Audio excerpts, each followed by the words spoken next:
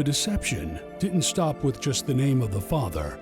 In Acts 4, verse 12, it says, "And there is no deliverance in anyone else, for there is no other name under the heaven given among men by which we must be saved."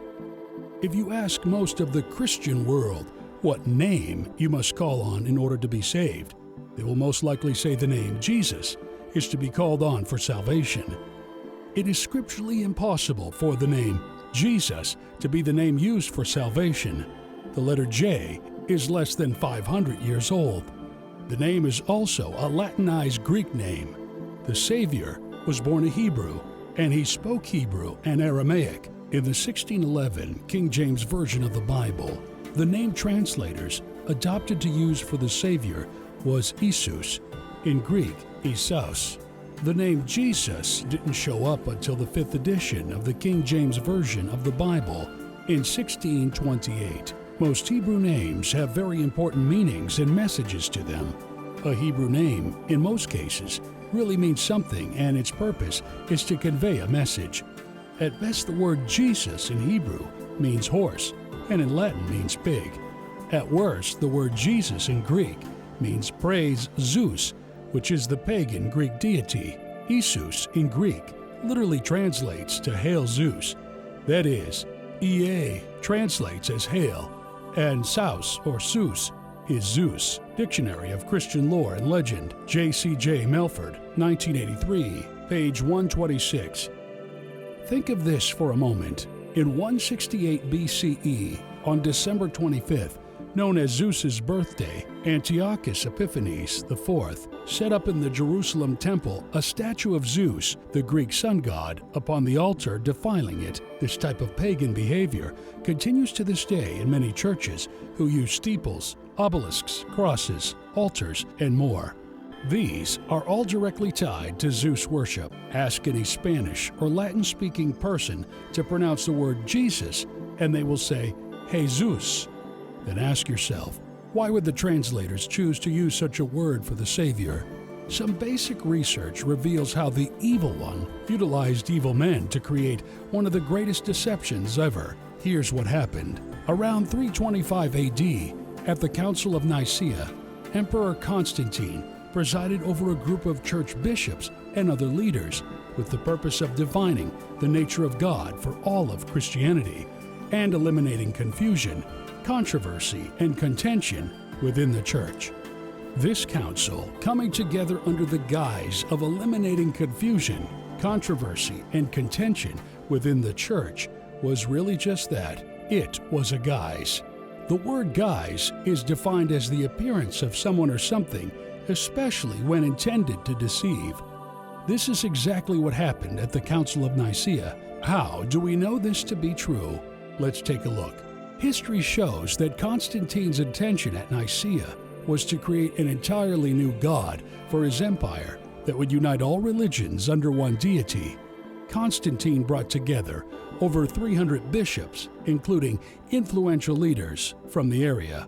These religious leaders were asked to debate and decide who their god would be. They argued amongst themselves, each having their interests and personal motives for their own special deity to be included. They were immersed in very heated debates. What many have never heard about these meetings is that the names of over 50 gods were up for the election as to whom the Roman Empire and the world would follow in worship. As of yet, no god has been selected by the council, and so they balloted in order to determine that matter. For 1 year and 5 months, the balloting lasted.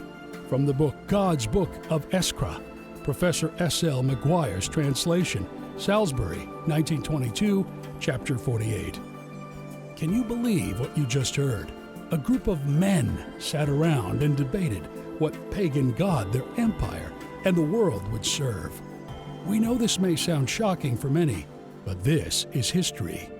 Now, after 1 year and 5 months of debating over which pagan god the Roman Empire and the world would serve, Constantine returned to the Nicene Council to find the leaders there had not yet agreed on a new pagan deity. They did, however, narrow the list down to 5 pagan deity prospects. These were Zeus, Mithra, Caesar, Krishna, and Horus.